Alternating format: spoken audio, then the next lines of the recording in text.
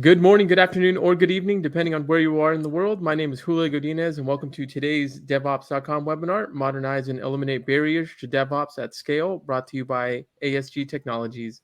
We have a great webinar for you today, but before we get started, I need to go through some housekeeping announcements. Today's event is being recorded, so if you miss any part of the webinar, you will be able to access the recording for on-demand viewing. We will be sending out a link to access the webinar on demand, or you can visit devops.com/webinars, and it will be available for you as well. We want to hear from you, so please feel free to send in your questions at any time throughout the program by using the Q&A tab. We also encourage discussions by using the chat tab, so let us know your thoughts or just say a quick hello. Materials for this program have been made available for you to download. Simply go to the handout section to download yourselves a copy. Finally, stick around until the end because we are doing a drawing for four $25 Amazon gift cards, so stay tuned to see if you're a winner.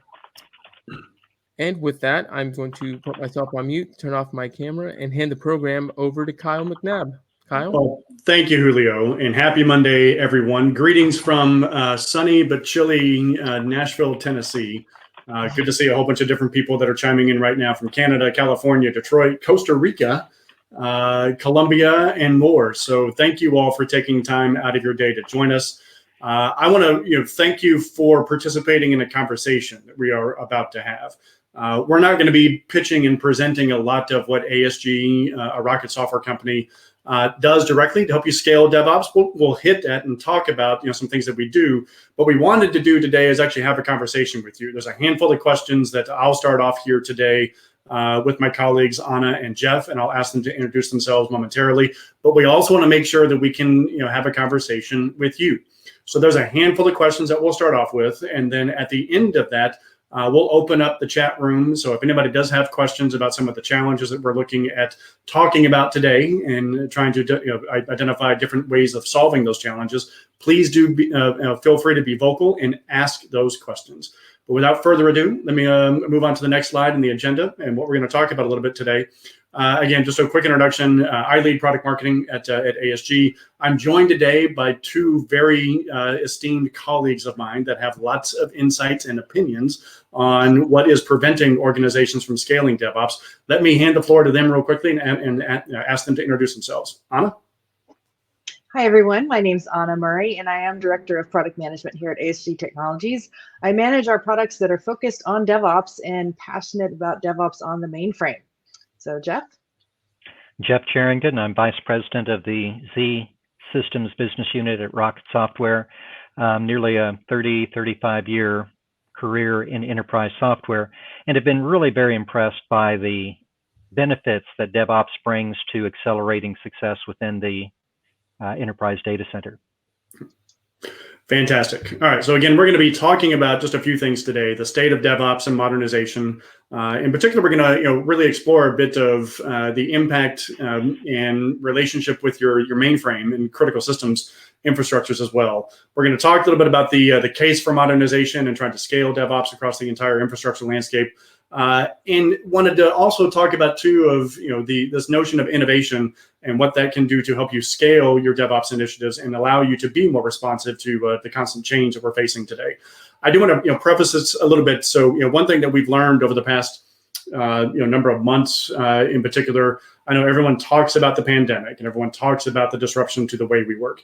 I don't want to spend too much time talking about the impact of COVID, but I do want us all to reflect a bit of some of the drivers that we see right now for DevOps is this insatiable demand that we're seeing across industry, across regions as well, of we just need to be more responsive to change. Yes, COVID is what we are dealing with now, but there are more changes to come as we progress in the future. So I think it does present a very good case for everyone to look at what they do to scale their DevOps across their infrastructure. But we want to talk a little bit today about what's preventing you from achieving that outcome and that objective of scaling DevOps.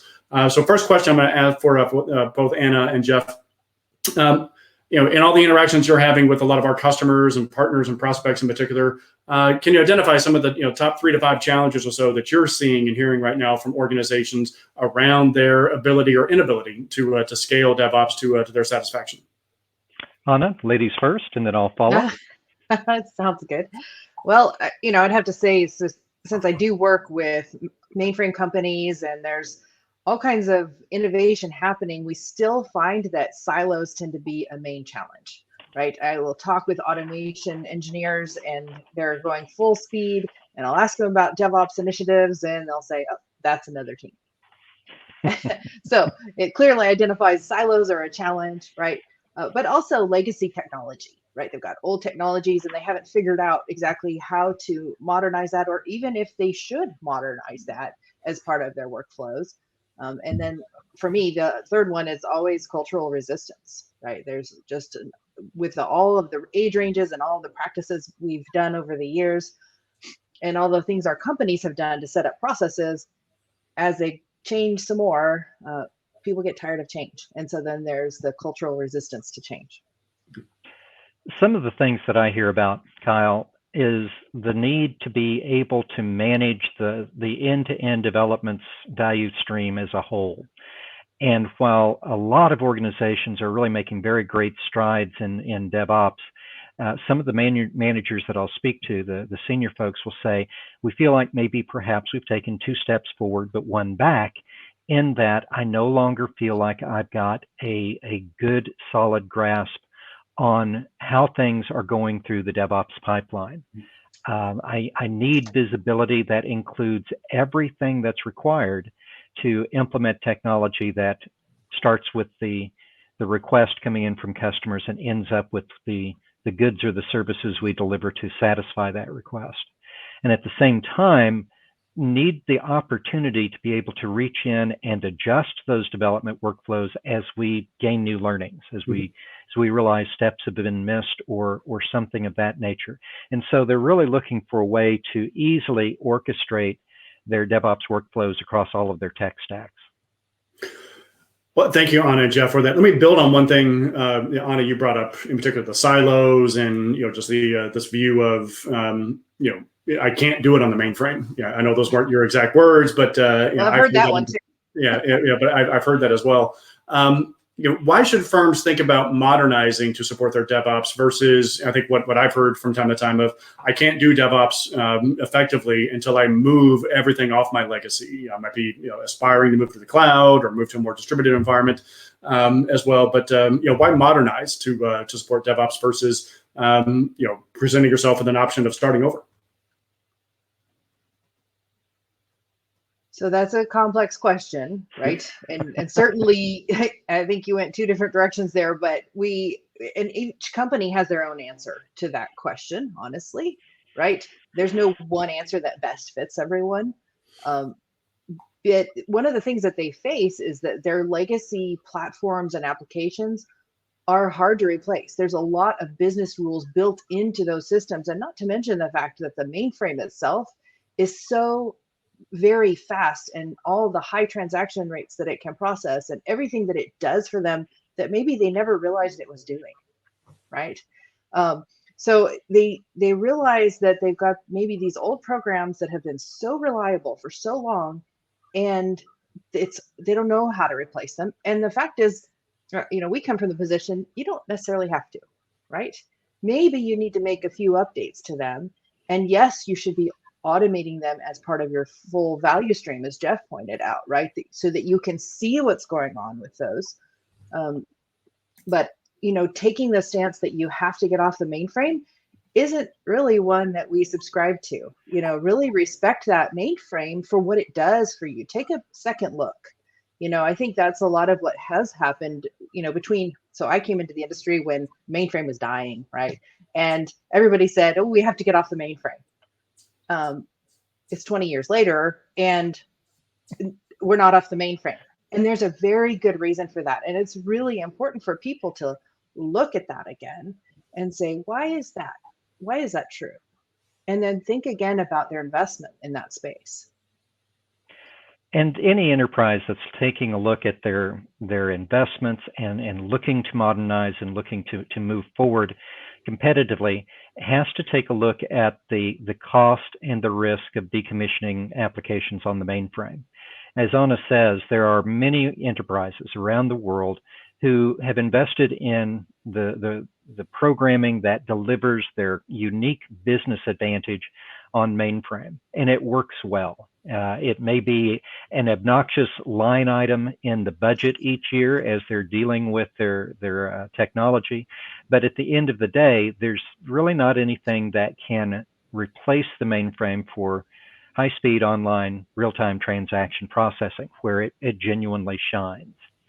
And as they examine this and they think about modernization, what they find is offboarding all of that is an expensive, risky process that really leaves them no farther ahead when they're done. They have to put a lot of time and effort toward recreating applications in new formats and on new technology just to end up back where they are.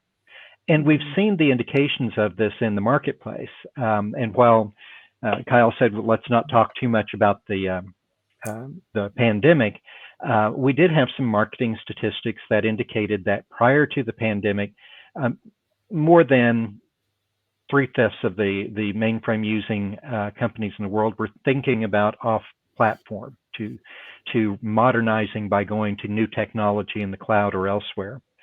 The pandemic really did force those organizations to take a hard look at what they were doing. And what we now find is that as many are looking to modernize their applications on the mainframe as they are looking to offboard them. And that's because of the value that they already have there and because of all the new technology and techniques that are available to the mainframe. I have worked through 3 organizations that have started through their agile process, came to the mainframe, and the initial reaction is, oh my gosh, it'll never work. This is mainframe, it's different. And all 3 ended up successfully bringing their mainframe development teams into the process and are using it effectively to increase their quality, increase their velocity, and increase their predictability of their new application delivery. And we predict that we will see exactly the same trend through DevOps. Mm-hmm. Right. And, I would also add that as the newer generations are coming in, we're seeing a lot more millennial and Gen Z mainframe programmers come into the mix, right? Which is super exciting. And their perspective on the world is expecting more of an open systems vibe, right? And so one of the things ASG has been doing is trying to modernize interfaces into those legacy platforms, right? And to provide Eclipse plugins or something that works in the CompuWare Topaz Workbench, which is now BMC. But what about web interfaces and things like that? So that's where we can come into the Open Mainframe project and participate in that area and make sure that we're modernizing interfaces to those legacy applications so that they can keep running strong, but we're serving a customer or user base and programming base that knows how to interact with it and isn't afraid of it anymore. Well, so Anna and Jeff, build on that for me in the audience as well. What are some of the things you're seeing, good practices and approaches that early adopters and more progressive organizations are doing right now? So in terms of early adoption, some of the most progressive things we see are enterprises that are getting involved with the more significant areas of mainframe that relate to the sorts of technologies and techniques that the millennials, the emerging IT professionals are already familiar with. Anna mentioned some of them. Certainly any language that you've worked with off mainframe, you're very likely to find the opportunity to be able to apply that same language and those same application development techniques on the mainframe, whether it's Java, whether it's open source software, scripting languages such as Python or Perl. Virtually everything that you're used to working with off mainframe is also available on mainframe.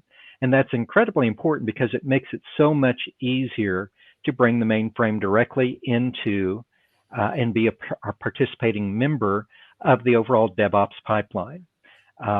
Between the sorts of things that we at ASG Technologies and Rocket Software provide and what other members of the overall ecosystem, not the least of which is IBM, provide, you can both continue to take advantage of the, as we say at Rocket, legendary applications on your mainframe that have driven businesses forward for 2 decades, 3 decades, 4 decades, but you can also then begin to layer on the newer techniques that make getting access to the data, making opportunities to modernize the user experience much more accessible and much less expensive.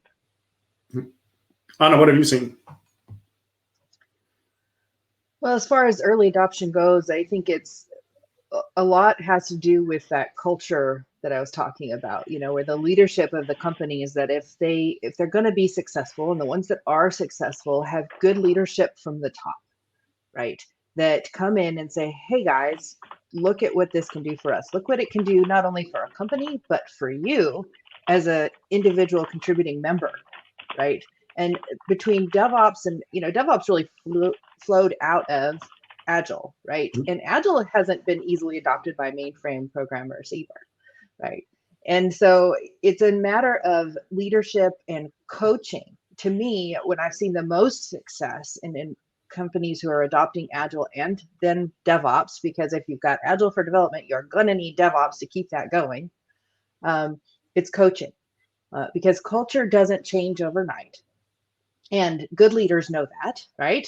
And then they help coach their teams through it. So those leaders hire the right coaches to come in and help them shift. And it takes practice. It doesn't happen overnight, but you practice and you do it over and over until you get better at it. And let's expand on that just a little bit, Anna, because for this audience, for the folks who are listening, many of whom may be DevOps professionals or working in shops where DevOps is part of their daily experience, please look at this as an opportunity.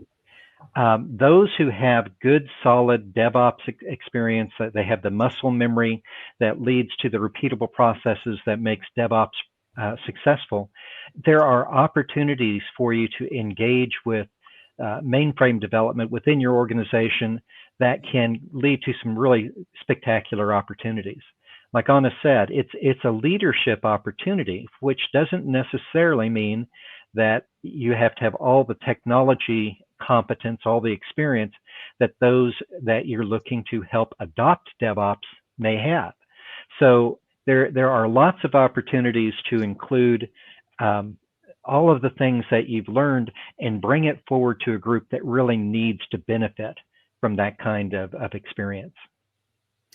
Well, so Jeff, let's build on that a little bit, because you mentioned earlier, that there is an increasingly open, innovative mindset around the mainframe.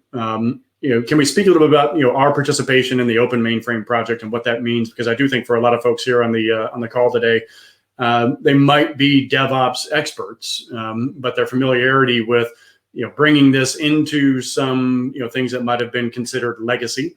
As Anna pointed out, things we're trying to get rid of 20 years ago, but are still here today and performing, beyond expectations that we've seen before.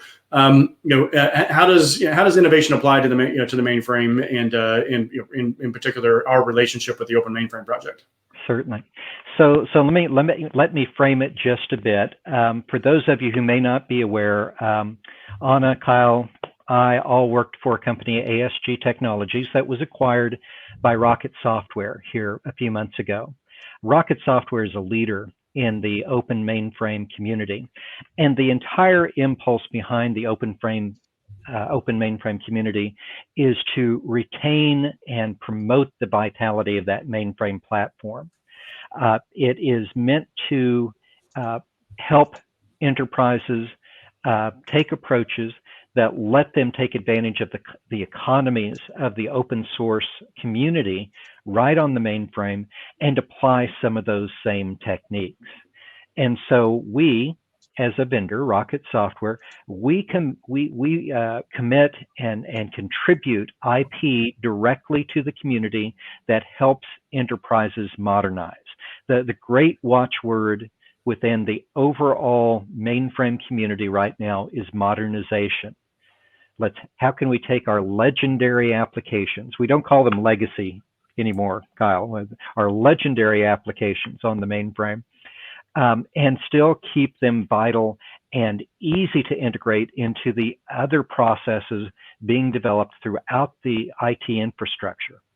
And so consequently, we contribute a user experience desktop called Zoe, ZOWE, that has become the foundation upon which many other participants in the open mainframe project are delivering new application experiences.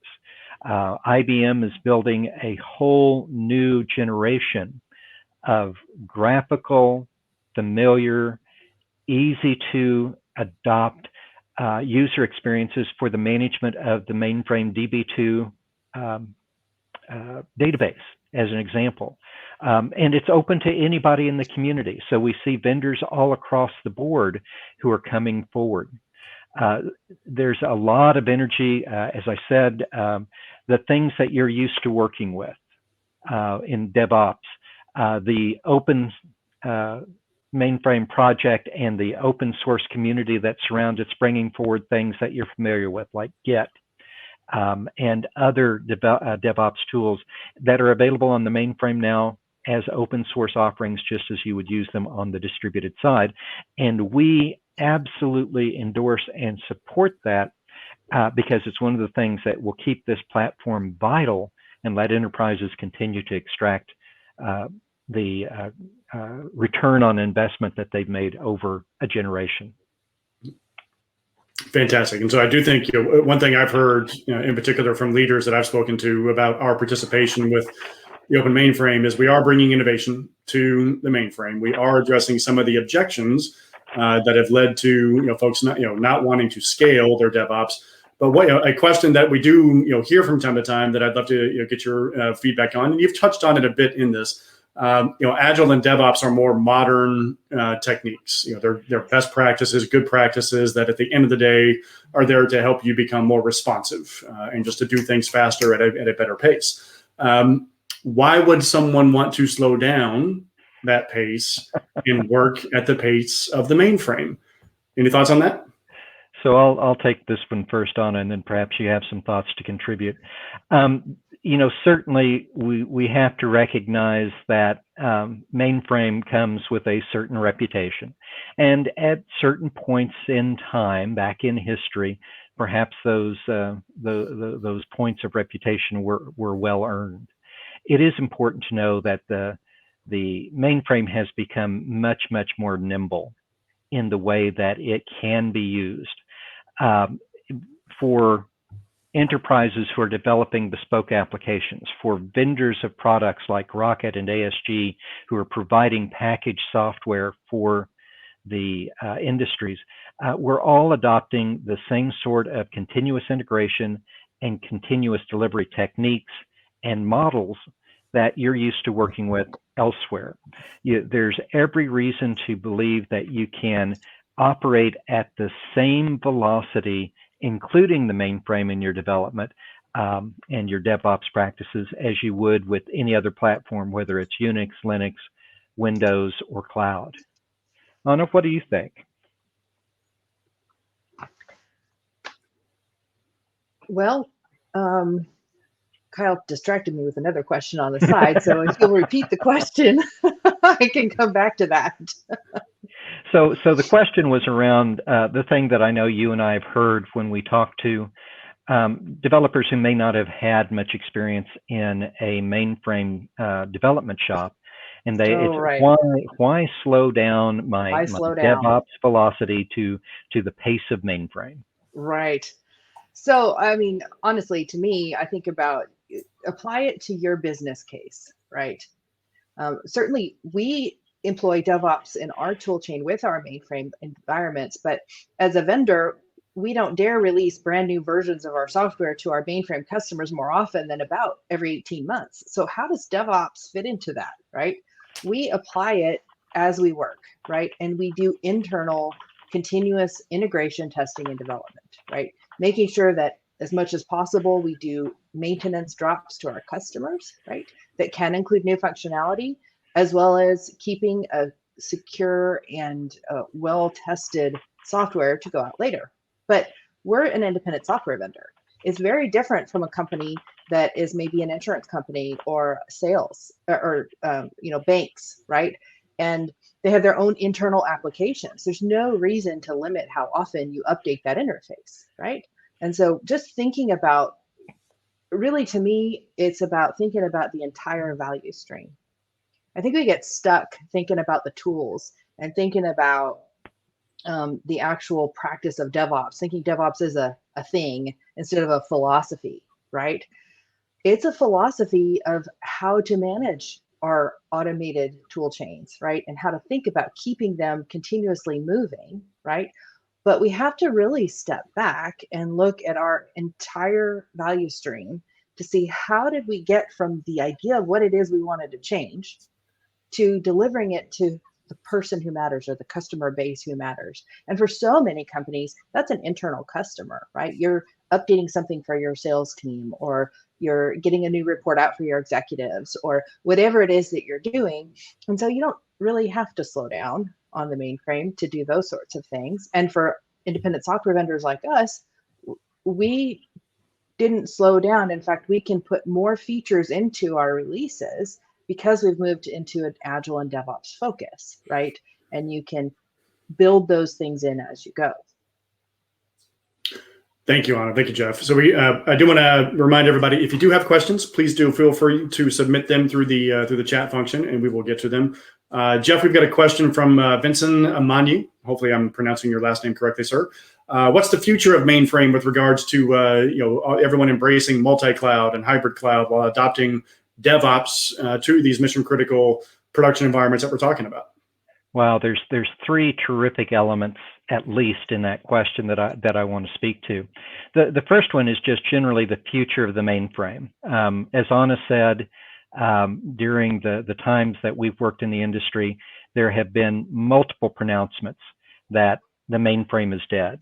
And while I give away a little bit of my age, I can recall very vividly in the mid-90s, more than a couple of journalists who were commenting their faith that the last mainframe would be unplugged before midnight on December 31st of 2000.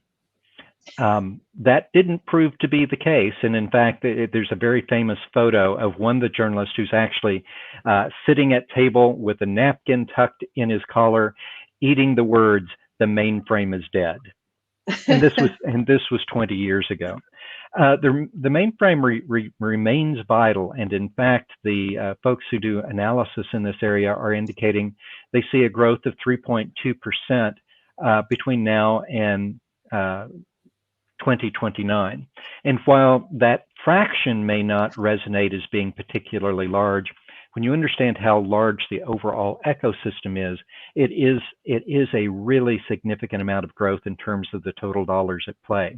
That's an indication of just what we've been saying through here. There are enterprises who remain committed to the mainframe as their primary transaction engine within the enterprise. So the mainframe in and of itself remains vital. But then we bring forward the idea of multi-cloud. Multi-cloud is now implicit in everything that IBM, as the vendor of the mainframe hardware and operating system, is doing as they build forward.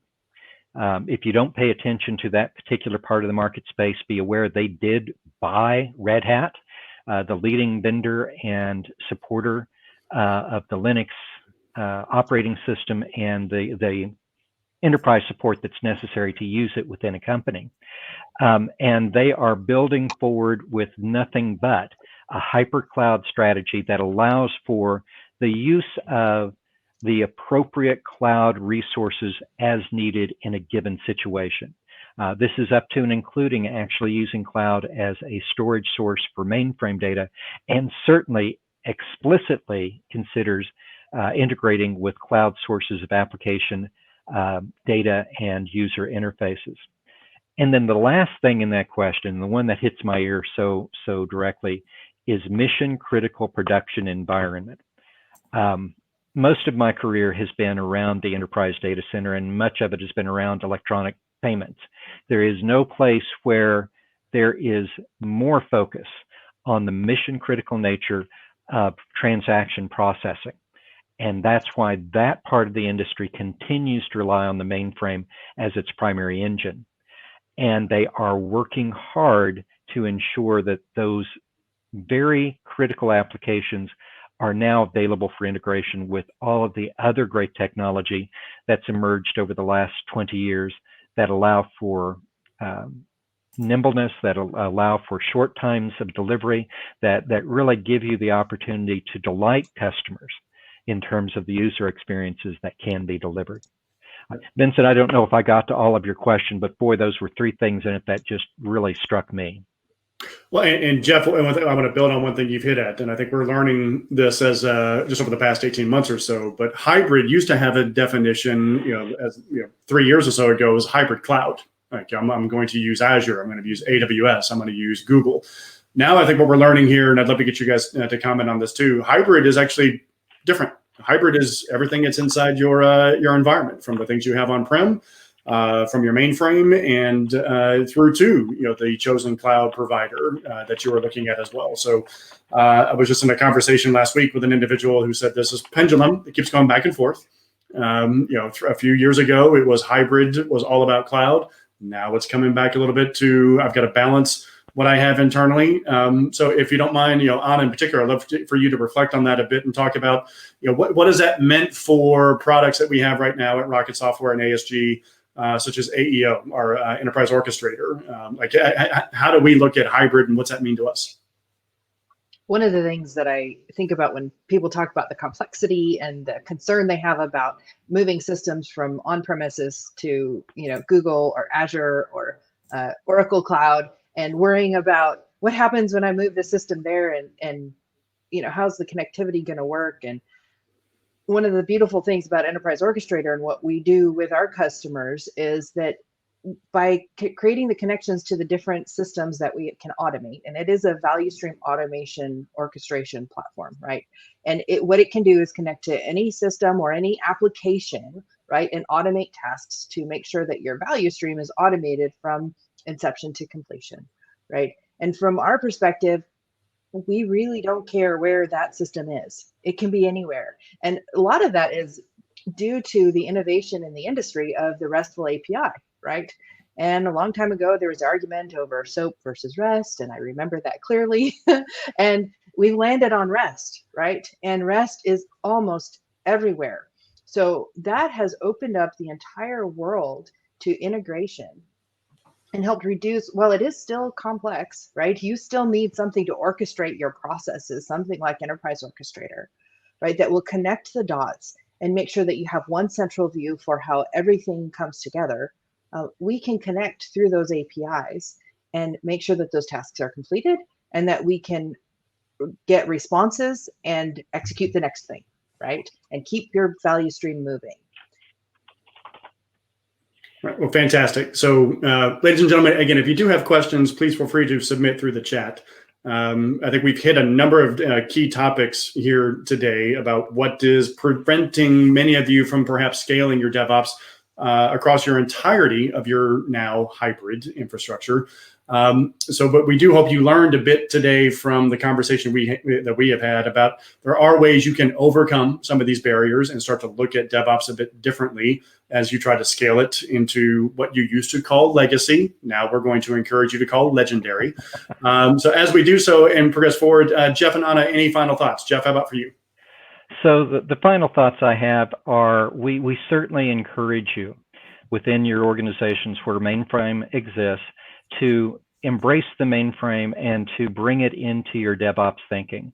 There's no reason that it should decrease velocity in terms of things that you're bringing through your DevOps pipeline, and in fact probably will increase both the velocity for the end-to-end application delivery that is actually the goal of the work that you provide for those situations where the mainframe is a dependency, whether it's transaction processing or systems of record or whatever the case may be.